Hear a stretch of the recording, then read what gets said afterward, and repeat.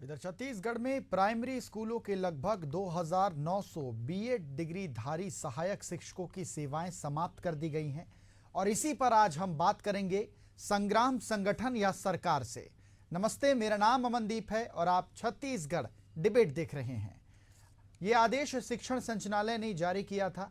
2.5 साल से संविदा पर सेवाएं दे रहे इन शिक्षकों ने आदेश के विरुद्ध 19 दिसंबर से प्रदर्शन शुरू किया। जब प्रदर्शन का असर नहीं हुआ तो भाजपा के प्रदेश कार्यालय पहुंचकर नारेबाजी शुरू कर दी। प्रदर्शनकारी शिक्षक सेवाएं समाप्त करने का आदेश रद्द करने की मांग कर रहे थे। सरकार के विरुद्ध शिक्षकों के प्रदर्शन ने कांग्रेस को सरकार पर हमला करने का एक मौका दे दिया है। कांग्रेस ने इसे दुर्भाग्यजनक बताते हुए इनके लिए रास्ता निकालने की मांग की है। इन सहायक शिक्षकों को सेवा समाप्ति के पत्र मिलने शुरू हुए तो उनका आक्रोश और बढ़ गया। इसके बाद शिक्षकों ने रायपुर में भाजपा कार्यालय घेर लिया, साथ ही नेशनल हाईवे भी जाम कर दिया। इस बीच प्रशासन ने भाजपा कार्यालय का घेराव करने पहुंचे शिक्षकों को खींचकर वहां से हटा दिया। इस दौरान दोनों के बीच झड़प भी देखने को मिली। शिक्षकों के उग्र प्रदर्शन पर कांग्रेस ने कहा कि ये शिक्षक 2.5 साल से काम कर रहे हैं, अब कहां जाएंगे। प्रदेश में बड़े पैमाने पर शिक्षक के पद रिक्त हैं, इनको हटाने की जगह समायोजित करना चाहिए। आइए इस पर चर्चा शुरू करते हैं, लेकिन इससे पहले सुनते हैं कि सहायक शिक्षक और नेतागण क्या कह रहे हैं। 3,000 सहायक शिक्षकों को बर्खास्त किया जाना बेहद ही निंदनीय है। कांग्रेस पार्टी इसकी कड़ी आलोचना करती है और हम सरकार से मांग करते हैं कि इन शिक्षकों की फिर से बहाली किया जाए।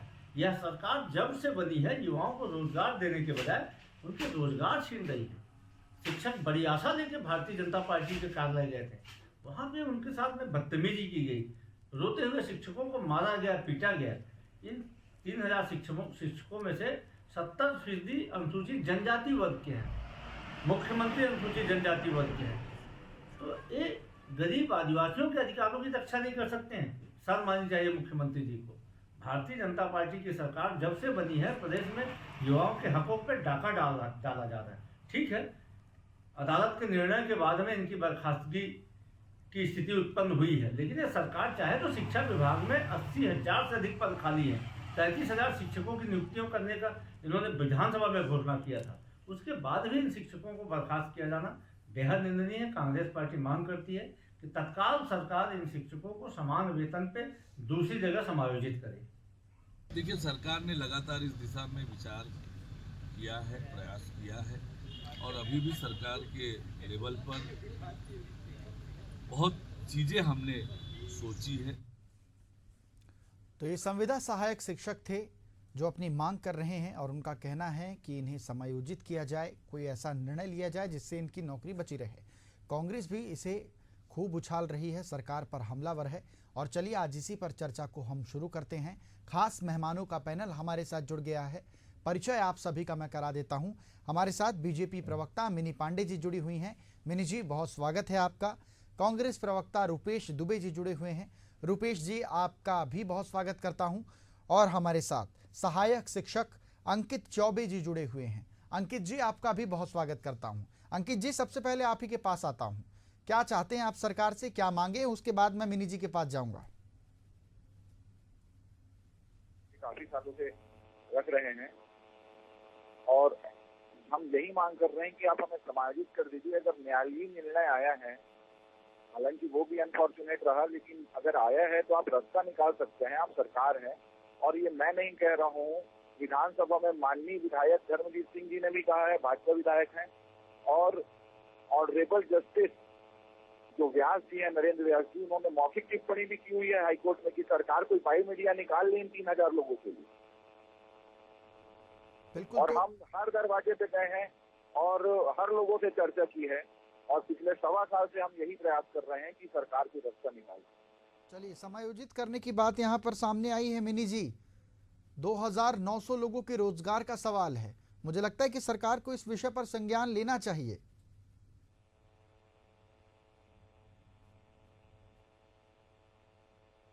मिनी जी, मुझे सुन पा रही हैं आप?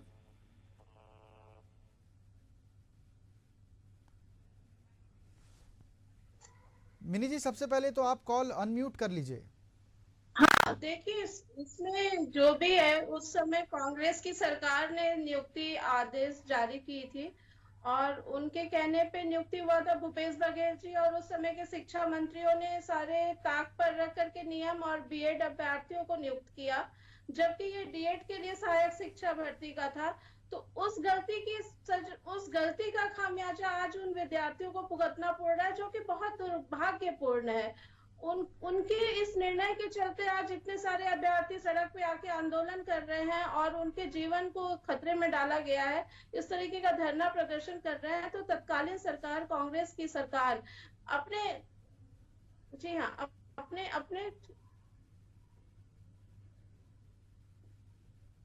बिल्कुल मिनी जी, सुन पा रहे हैं आपको, कहिए।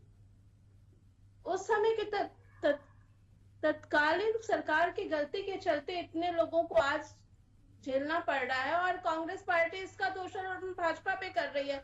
उन लोगों की नियुक्ति में जो भी रोक आया, हाई कोर्ट का ये मामला पूरा कोर्ट पे है, कोर्ट के आदेश पे नियुक्ति रद्द हुई है, और कोर्ट बीएड की जगह डीएड अभ्यर्थियों को चाहती है नियुक्त करना। तो पूरा मामला न्याय के अधीन पे है, न्याय संगत पे। कोर्ट का जो भी मामला रहेगा सरकार को मानना पड़ेगा, क्योंकि सरकार हाई कोर्ट में याचिका भी, हमने हाई कोर्ट की इस याचिका को हमने दिल्ली में भी जाके लगाई थी कि उनको बाहर रखा जाए, पर दिल्ली ने भी इस याचिका को ठुकरा दिया राज्य सरकार की, और कहा कि नहीं, वो डीएड के ही अभ्यर्थियों को चलिए मिनी जी, मतलब आपका कहना है कि सरकार इसके लिए प्रयास कर रही है, चूंकि ये कोर्ट का मामला है इसलिए कोर्ट के मामले में सरकार कुछ हस्तक्षेप नहीं कर सकती। ठीक है, अंकित जी कुछ कहना चाहते हैं, अंकित जी कहिए। यहाँ पे आरोप प्रत्यारोप चलता है काफी, तो मैं पॉइंट को बहुत क्लियर रखना चाहूंगा। 2018 में तत्कालीन सरकार जो थी, उनके अंदर भारत के राजपत्र में प्रकाशित हुआ कि बीएड अलाउड है, और बाजू वाला राज्य मध्य प्रदेश, जहाँ कितने ही सालों से यही भाजपा की सरकार है, वहां के भी बच्चे प्रभावित हो रहे हैं। और रही बात, तो सुप्रीम कोर्ट ने भी सुनवाई के सेकेंड हाफ में ये कहा था कि इन बच्चों के लिए शासन के पास क्या प्लान है, वहां भी कोई जवाब सरकार ने नहीं दिया था, इसलिए कोर्ट ने एक तरफा निर्णय दिया। इवन हाई कोर्ट में भी जस्टिस व्यास जी ने यह कहा कि इनके लिए बाई मीडिया सरकार निकाल ले, सरकार के पास असीम शक्ति है। ठीक है जी, बिल्कुल बिल्कुल। चलिए ठीक है, रुपेश जी, कांग्रेस ने समायोजित करने की बात कही है। अभी सुशील आनंद शुक्ला जी को मैं सुन रहा था, उन्होंने कहा था कि सरकार इसे समायोजित कर सकती है। अब कैसे समायोजित किया जाए, क्योंकि मिनी जी कह रही हैं कि हाई कोर्ट का ये मामला है, सरकार ने प्रयास किया, लेकिन सरकार को कोर्ट का नियम मानना बाध्य है। अब ऐसे में कैसे समायोजित किया जाए, रुपेश जी मार्गदर्शन दीजिए। विपक्ष की भूमिका में है और आपका कहना अभी बहुत महत्वपूर्ण है। अमनदीप जी नमस्कार। और सबसे पहले अंकित जी, सबसे पहले कैमरे पर आपका हाथ लगा हुआ है, उसे आप हटा दीजिए ताकि दर्शक अच्छी तरीके से आपको देख पाएं। रुपेश जी अपनी बात रखिए आप। अमनदीप जी नमस्कार। जी नमस्कार। देखिए, जब से छत्तीसगढ़ में भाजपा की सरकार आई है, उनके लिए शिक्षा का जो शिक्षा पद्धति है, शिक्षा प्रणाली है, कोई महत्व नहीं रखती। एक तरफ इतने रिक्त पद हैं, 89,000 रिक्त पद हैं, 33,000 रिक्त पदों को भरने के बाद बृजमोहन अग्रवाल जी तत्कालीन शिक्षा मंत्री थे, उन्होंने किया, और बार बार कांग्रेस सरकार पर दोषारोपण करके अपने दायित्वों से विमुख होने वाली भाजपा सरकार, शिक्षकों जो ये शिक्षक जो है वो हमारे ही लोग हैं, और जब रिक्त पद है और माननीय न्यायालय से आदेश की बात करके इनको पद से पृथक किया गया है, तो माननीय न्यायालय ने कब आदेश किया और उसके कंप्लायंस में भाजपा कितने दिन तक इन शिक्षकों के साथ दुआ भेद करती रही। और बार बार हर चीज में राजनीति नहीं होनी चाहिए, ये शिक्षा से जुड़ा हुआ गंभीर मामला है। इसमें सीधे सीधे छत्तीसगढ़ की भाजपा सरकार को चाहिए कि जिनकी सेवाएं समाप्त हुई हैं उनको रिक्त पदों में लेने का एक तत्काल निर्णय लेना चाहिए, कैबिनेट में फैसला लेना चाहिए, ताकि छत्तीसगढ़ की शिक्षा व्यवस्था जो पद से बदहाल होने की कगार पर है, उसमें शिक्षा व्यवस्था भी सुदृढ़ होगी। और वही 2900 जो हमारे शिक्षक हैं जिन्होंने अपनी सेवाएं छत्तीसगढ़ की शिक्षा को दी है, शिक्षा छत्तीसगढ़ के नौनिहाल बच्चों को उन्होंने पढ़ाया है और उनके जीवन को गढ़ने का काम किया है, ऐसे लोगों के साथ यदि सरकार नाइंसाफी करती है, यहाँ पे कांग्रेस और भाजपा की बात नहीं हो रही है, वर्तमान में जो सरकार है उस सरकार को पूरी संजीदगी के साथ लेना चाहिए। जिस प्रकार चौबे जी बोल रहे हैं कि माननीय न्यायालय ने भी अपनी संवेदनशीलता इनके साथ दिखाई है और सरकार से कहा कि इनका विकल्प तैयार कर लीजिए। लेकिन छत्तीसगढ़ की भाजपा सरकार के पास ना शिक्षा के संबंध में कोई कार्य योजना नहीं है। ये शराब के लिए ऐप बना सकते हैं, शराब गली गली में खोल सकते हैं, शराब के कोचिए नियुक्त कर सकते हैं, लेकिन शिक्षकों की नियुक्ति नहीं कर रहे हैं। आज वनांचल क्षेत्र में हो, मैदानी क्षेत्र में हो, जिस प्रकार से शिक्षकों की कमी से छत्तीसगढ़ के बच्चे वंचित हो रहे हैं अपने योग्य पढ़ाई से। राजनांदगांव डॉक्टर रमन सिंह के क्षेत्र में जब शिक्षकों के मांग के लिए डीओ के पास गए थे तो किस प्रकार से डीओ ने उनको धमकाया था, जेल भेजने धमकी दी थी। ये भाजपा सरकार का चाल चरित्र और चेहरा है। लेकिन मैं फिर से कहूंगा, इसमें कोई राजनीति नहीं होनी चाहिए। ठीक है रुपेश जी, समायोजित कैसे किया जाए? विपक्ष की भूमिका बहुत महत्वपूर्ण होती है, समायोजित कैसे किया जाए इस पर कांग्रेस क्या चाहती है, कांग्रेस की सरकार से क्या मांग है? मैं समझ रहा हूं कि सहायक शिक्षकों का दुख बहुत बड़ा है, बहुत लंबे समय से ये प्रदर्शन कर रहे हैं, लेकिन अब कांग्रेस जो कि विपक्ष की भूमिका में है और आप बिल्कुल इसे समर्थन भी दे रहे हैं, लेकिन अब समायोजित करने का तरीका क्या करना चाहिए? सरकार को क्या करना चाहिए आपके हिसाब से, जरा ये बता दीजिए। अमनदीप जी, सीधा सा इसमें गणित है। जिन शिक्षकों की सेवाएं समाप्त हुई हैं उनकी योग्यता दक्षता अपने आप में प्रमाणित है, और जिन स्थानों पर पद रिक्त हैं, जिन जिन स्कूलों में पद रिक्त हैं प्राथमिक शालाओं में, चूंकि प्राथमिक शाला जो होता है प्रारंभिक शिक्षा का आधार स्तंभ होता है और इन्होंने अपनी सेवाएं दी हैं, तो जितने रिक्त पद हैं उनकी वैकेंसी तत्काल निकाले और उनको जो 2900 शिक्षक जो बर्खास्त हुए हैं, जिनकी सेवाएं कोर्ट के माध्यम से समाप्त करने की बात भाजपा कह रही है, उनको प्राथमिकता देकर के प्राथमिकता के साथ उनकी नियुक्ति करनी चाहिए। खारिज कर दी गई। चलिए ठीक है, मिनी जी आप कहिए अपनी बात रखिए आप।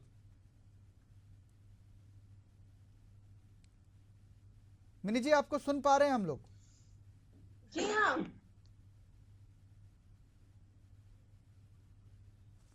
कहिए मिनी जी, हम सुन पा रहे हैं आपको।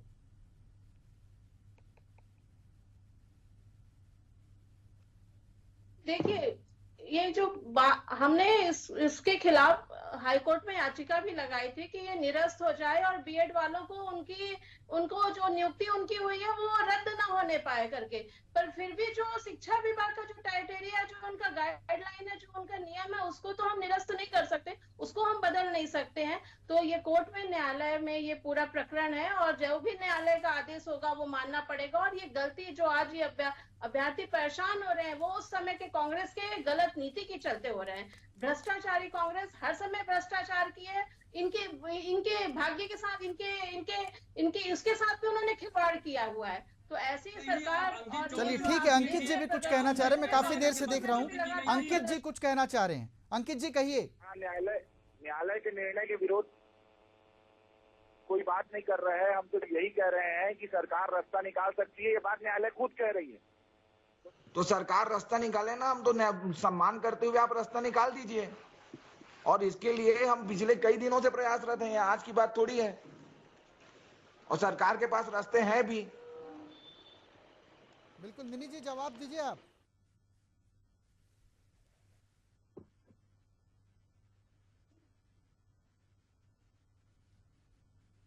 देखिए ये जो भी प्रकरण है, कांग्रेस बार बार दोषारोपण कर रही है। इतना बड़ा ये संवेदनशील मामला है और उनके इतने सारे लोगों की नौकरी जा रही है जिसको कि दोषारोपण करने का नहीं है। सरकार एक तरीके का एक इसमें समिति बना के रखी हुई है, प्रशासनिक समिति, जिसमें उनके फिर से संभावनाएं खोज रहे समायोजन का, कि कोई ऐसी जगह मिले जहां इनको समायोजित किया जा सके, इनको आगे इनको रास्ता मिले कि इनको कहीं पे इनको एडजस्ट किया जा सके विद्यार्थियों को। पर जिस तरीके का ये घपला इन्होंने किया है अपने समय में, जिस तरीके से इन्होंने उनके साथ खिलवाड़ किया हुआ है भूपेश बघेल और उनके उस समय के तत्कालीन शिक्षा मंत्री के द्वारा, तो चीजें दिक्कत आ रही है। हम सब, सरकार उनके साथ है और चाहती है कि उनका कहीं समायोजन हो जाए, उनकी कहीं उचित व्यवस्था हो जाए। आपका कहना है कि इसके लिए सरकार समिति बना चुकी है? ये सब कुछ कोर्ट में है, न्यायालय में है। एक मेरा अनुरोध है, न्यायालय की भी बात मान लेते हैं क्योंकि देश में आप चलिए ठीक है अंकित जी कहिए आप। आपके माध्यम से मेरा एक अनुरोध है कि उस कमेटी में एक हमारा कोई मेंबर भी ले लिया जाए, और दूसरा उस कमेटी की एक टाइमलाइन डिसाइड की जाए सर, क्योंकि लोगों की रोजी रोटी छूट गई है। यहाँ लोग लोन लिए हुए हैं, लोगों की शादियां लगी हुई हैं जो टूट रही हैं, कोई अपने माँ बाप को अकेला पाल रहा है, रोड पे आ गए हैं। तो एक टाइमलाइन तो बनता है, कमेटी के नाम पे उसको अनिश्चितकालीन तक टाला ना जाए। ठीक है, मुझे लगता है कि आपकी बात बहुत ऊपर तक जाएगी अंकित जी, क्योंकि मिनी पांडे जी हैं यहाँ पर और बीजेपी प्रवक्ता, वो आपकी बातों को बहुत गंभीरता से सुन रही हैं। रुपेश जी, मैं आपके पास आना चाहूँगा। बार बार बात ये कांग्रेस सरकार के ऊपर आ रही है कि 2018 में आपकी सरकार ने ये भर्ती की थी। अब इसे आप कैसे देखते हैं? क्या आप ये मानते हैं कि आपकी सरकार में ये गलती हुई है, आपने कोर्ट की बात नहीं मानी है? अमनदीप जी, गलती कहीं नहीं हुई है। योग्य लोगों की नियुक्ति सरकार ने की। चूंकि शिक्षा को प्राथमिकता देते हुए सरकार ने यह नियुक्ति योग्य अभ्यर्थियों की नियुक्ति सरकार ने करी थी। अब देखिए, वर्तमान स्थिति में शिक्षा विभाग माननीय मुख्यमंत्री जी के पास है। विधानसभा सत्र के दौरान भाजपा के विधायक के द्वारा जब प्रश्न लगाया जाता है तो मुख्यमंत्री जी जवाब देते हैं कि शिक्षकों की नियुक्ति कब होगी इसके बारे में बताया जाना संभव नहीं है। ऐसे शिक्षा मंत्री जैसे शिक्षा विभाग मुख्यमंत्री जी के पास होने के बाद भी शिक्षा पर गंभीर नहीं है भाजपा की सरकार। इनको एक लाइन में कहना चाहिए, शिक्षकों की भर्ती होगी, जल्द होगी। उसमें जो 2900 जो शिक्षक हैं उनकी सेवाएं समाप्त हुई हैं, उनको प्राथमिकता के आधार पर समायोजित किया जाएगा। दूध का दूध, पानी पानी। और जिस प्रकार के देखिए, ये वही भाजपा है जब शिक्षा कर्मी अपने मांग के लिए आंदोलन करते थे उन पर लाठी बरसाते थे। आज जब भाजपा कार्यालय, भाजपा का घोषणा पत्र था, भाजपा के घोषणा पत्र के आधार पर उन्होंने मांग करी तो भाजपा के कार्यालय पहुंचने पर उनके साथ दुर्व्यवहार हुआ। ये चिंतनीय विषय है। भाजपा सरकार पूरी तरह से असंवेदनशील हो गई है और युवाओं के साथ अन्याय कर रही है। जिस प्रकार से अंकित जी बता रहे हैं, किसी की शादी टूट रही है, किसी के परेशानियां हो रही हैं निश्चित रूप से, और बार बार भ्रष्टाचार की बात कर रही है मिनी पांडे जी। आप अंकित चौबे जी से पूछ लीजिए, किसी भी अभ्यर्थी से पैसा लेकर के कोई नियुक्ति नहीं की गई थी।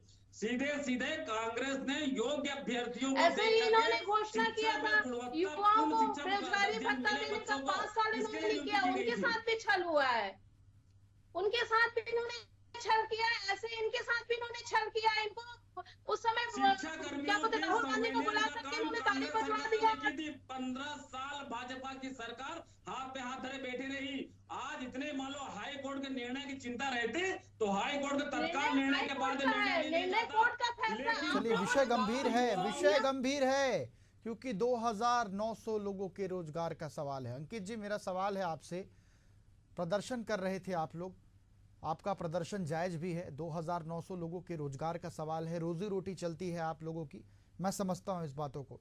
लेकिन सचिवालय प्रदर्शन किया जाता है, विधानसभा में प्रदर्शन किया जाता है, सड़कों पर प्रदर्शन करते हैं, मुख्यमंत्री का आवास घेरा जाता है। अमूमन प्रदर्शन हम ऐसे ही देखते आए हैं। कैसे दिमाग में आया, बीजेपी कार्यालय आप लोग पहुंच गए? सर, इसमें यह है कि भाजपा संगठन से हमको काफी आश्वासन मिला हुआ था, ऐसे अचानक नहीं गए हैं। पिछले 1.25 साल से हम लगभग हर जिला अध्यक्ष, हर जितने भी स्तर के अधिकारी हैं, सबसे टच में थे। उसके बाद जो अचानक टर्मिनेशन आया, कल जब अंकित जी, दुनिया पार्टी नया बड़ी साल की मनाने की सरकार, तैयारी, मेरा सवाल आपसे, पार्टी बड़ी है कि सरकार बड़ी है? हम दोनों पक्ष को चाह रहे हैं सर। हम जो है इसके पहले जो है 2-3 दिन पहले अभी वित्त मंत्री जी के घर के पास भी जा रहे थे, बात कर रहे थे, वहां से पुलिस ने उठा दिया। ऐसा नहीं है सरकार के पास हम नहीं जा रहे थे, सरकार के भी पास जा रहे हैं। और हम बड़ी छोटी नहीं देख रहे सर, हम तो समाधान देख रहे हैं। चलिए ठीक है, आपकी बातें रखी जा रही। मिनी जी, आप कुछ कहना चाह रही थी, मैं कहिए। देखिए, इन्होंने नियमों को ताक में रख करके नियुक्तियां दी और आज जो जितनी भी परेशानियां हो रही हैं बीएड धारकों को, वो कांग्रेस के चलते हो रही हैं।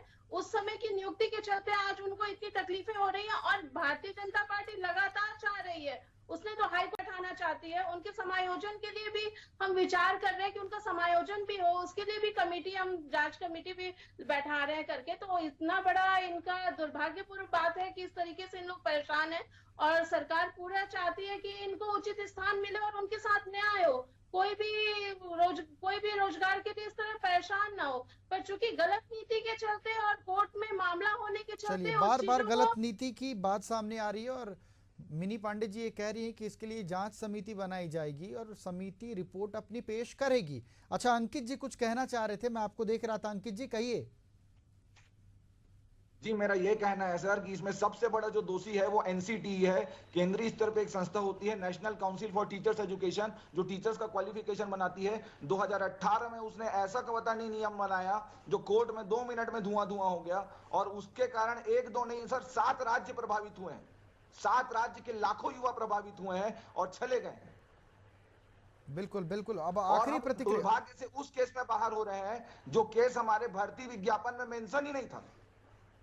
तो मैं यही गुहार लगा रहा हूं, दोनों पार्टी के प्रवक्ता यहां पे है, मेरा यही गुहार है कि भाई आप जो है राजनीति से परे उठते हुए, मानवीय आधार बनाते हुए लोगों की सेवा सुरक्षा प्रदान करने के लिए जल्दी से जल्दी कुछ निर्णय लें।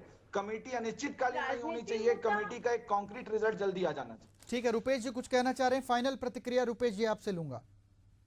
अमनदीप जी, जिस प्रकार से अंकित चौबे जी ने पूरी पारदर्शिता से बात रखी, एनसीटी जो केंद्र सरकार के अंतर्गत में जो शिक्षा के संबंध में योजनाएं बनाती है, वर्तमान में भी और जिस समय योजनाएं बनी, केंद्र सरकार किसकी है? भाजपा की है।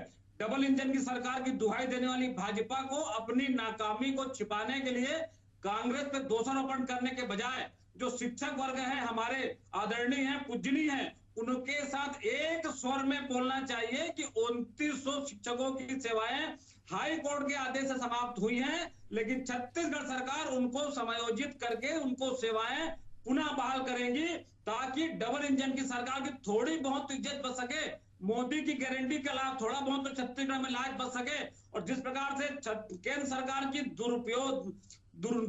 दूरदृष्टि नीति के चलते छत्तीसगढ़ ही सहित 7 राज्यों का नाम लिया है उन्होंने, 7 राज्य के शिक्षक परेशान है। ऐसी स्थिति में भाजपा सरकार में थोड़ी भी बिल्कुल बिल्कुल बिल्कुल कि ये गंभीर विषय है और मैं भी इस बात से सहमत हूं कि 2900 लोगों के रोजगार का विषय है और ये विषय बहुत गंभीर है। किसी की रोजी रोटी चलती है, कोई अपना जीवन इसी नौकरी के आधार पर गुजारता है, किसी के बच्चे हैं, और मुझे लगता है कि सरकार को इस पर कोई महत्वपूर्ण निर्णय जरूर लेना चाहिए, समायोजित जरूर करना चाहिए। और आप तीनों मेहमानों का मैं बहुत धन्यवाद करता हूं। तो छत्तीसगढ़ में राजनीति गर्म है क्योंकि कांग्रेस को बीजेपी ने बैठे बिठाए, बीजेपी ने या यूं कहे छत्तीसगढ़ सरकार ने बैठे बिठाए एक बड़ा मुद्दा दे दिया है, क्योंकि जो सहायक शिक्षक थे उन्हें अब नौकरी से निकाल दिया गया है। जी हाँ, सही सुन रहे हैं आप, बहाली की मांग को लेकर वो लगातार प्रदर्शन कर रहे हैं। और ये जो चर्चा थी आज इसी विषय के ऊपर थी कि 2900 लोग अब आखिर में कहां जाएंगे, इसी को लेकर लगातार वो प्रदर्शन कर रहे हैं। आज ये सहायक शिक्षक बीजेपी कार्यालय पहुंचे हुए थे, वहां इन्होंने प्रदर्शन किया, नारेबाजी की और कई शिक्षकों को अब गिरफ्तार कर लिया गया है, थाने में उन्हें बैठाया गया है। बहरहाल ये देखने वाली बात होगी कि सहायक शिक्षकों के लिए सरकार क्या निर्णय लेती है। इसी के साथ छत्तीसगढ़ डिबेट में फिलहाल इतना ही। मुझे दीजिए आज्ञा, नमस्कार।